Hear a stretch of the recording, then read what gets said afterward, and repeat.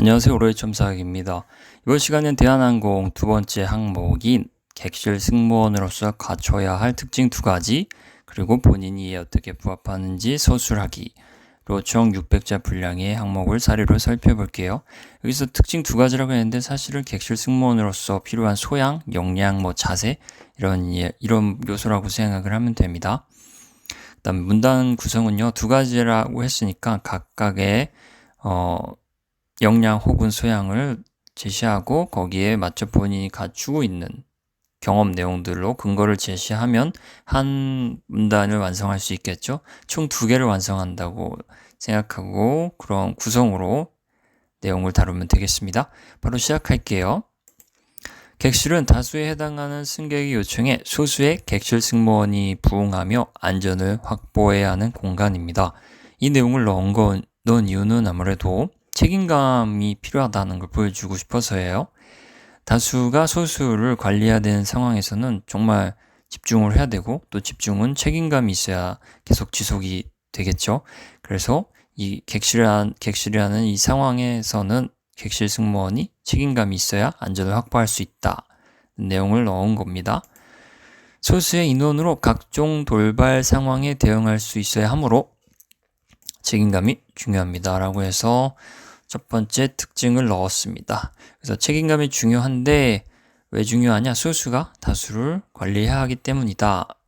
그리고 돌발 상황도 있고 각종 요청에도 대응을 해야 되니까 책임감은 중요하다라고 이 가장 중요한 특징 중에 하나를 선정을 했습니다. 이 이후에는 이 다음 문장에서는 그거에 대한 책임감을 지원자가 갖췄다는 걸 보여줘야 되겠죠. 근거를 제시하는 거예요. 교내 홍보 동아리에서 격주로 마케팅 사례를 분석 및 발표하는 프로젝트를 연간 진행했는데 당시 팀장을 맡아 5명의 부원들과 협력하며 성실히 과정에 임했다 라고 해서 책임감은 역시 팀장이 있다는 걸 보여주고자 팀장의 역할을 맡았다는 걸 보여줬고요. 5명의 부원이라는 걸 구체화한 이유는 인원이 많으면 많을수록 객실 상황과도 조금 유사해질 수 있으니까요. 그리고 또 책임감을 갖춘 리더의 역할을 하려면 부원들이 조금 많아야 많은 경험들을 쌓을 수 있고 또 책임감다운 환경, 책임감을 요하는 환경에도 맞닥뜨릴 그 경우의 수도 늘어나겠죠. 그래서 이 5명이라는 숫자를 구체화해서 넣습니다. 성실히 과정에 임했다라고 해서 이런 부분 소양도 드러나는 거죠. 1년간이라는 기간도 이 소양을 뒷받침하는데 필요한 요소예요.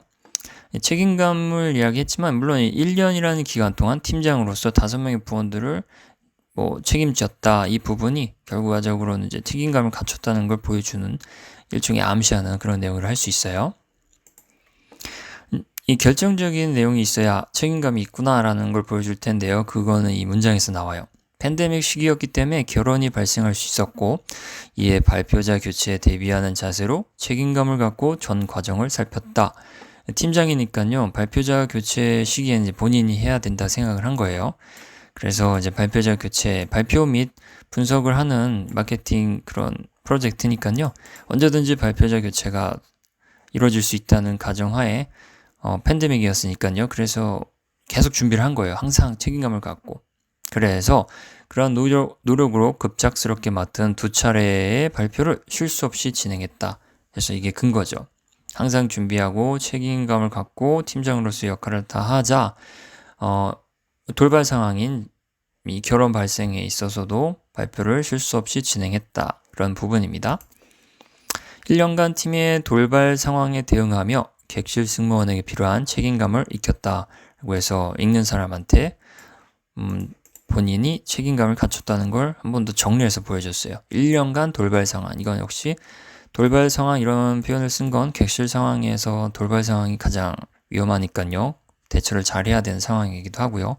또 1년이라는 것도 적지 않은 시간이니까요. 학생한텐 이렇게 내용을 넣어봤습니다. 이제 첫 번째 특징은 다 제시한 셈이에요. 두 번째 제시할 내용은요. 공감 능력인데요. 마찬가지 구성 방법이에요. 공감 능력은 고객의 다양한 기호를 수용할 수 있는 기본 소양이다. 이 내용은 역시 객실에서 다양한 고객을 응대를 하면서 요청에도 부응하고 상황에도 대응할 수 있어야 하니까요. 공감 능력이 필요하다라고 이야기를 한 거예요. 여기서 첫 번째 문장이랑 같은 거예요. 소수가 다수를 관리할 수 있어야 한다. 그게 객실 승무원으로서의 책임감이 필요한 이유였고요. 고객의 다양한 기호를 수용할 수 있어야 된다. 그러려면 공감 능력이 필요하다라고 두 번째 특징을 선정을 한 거죠. 다음으로 이제 근거가 나와야 되겠죠. 다문화 가정, 노인 복지관, 보육원 등에서 정기적으로 봉사활동에 참여하며 타인의 입장을 이해하고 함께 느낄 수 있는 감각을 함양했다. 이게 다 공감이죠. 공감 능력을 하는데 그 배경은 역시나 다양성이 있어요. 전부 다 기술한 건 아니지만 워낙 핵심적인 것만 넣자면 다문화 가정, 노인복지관, 보육원 이것도 이런 배경에서는요 외국인도 있고 또 노약자도 있고 아이들도 있어요. 그래서 다양한 기호를 경험해 봤을 가능성이 높죠. 이런 부분에 있어서 그런 환경에서 공감 능력을 키운 거예요. 그렇다면 객실 상황에서도 충분히 다양한 고객에게 응대할 수 있는 경험을 쌓았다고 예상을 할 수 있겠죠. 이렇게 공감으로 대화를 이어가며 상대방의 이야기를 경청했고 꾸준히 관심을 기울이며 각 상황에 필요한 역할을 수행했다 라고 해서 공감 능력에 대한 일종의 설명인데요. 이런 다문화 가정, 노인복지관, 보육원 등에서 특별한 이슈가 없기 때문에 그냥 정기적으로 하는 봉사활동이잖아요. 그래서 이게 임팩트 있는 내용이 있긴 좀 어렵죠.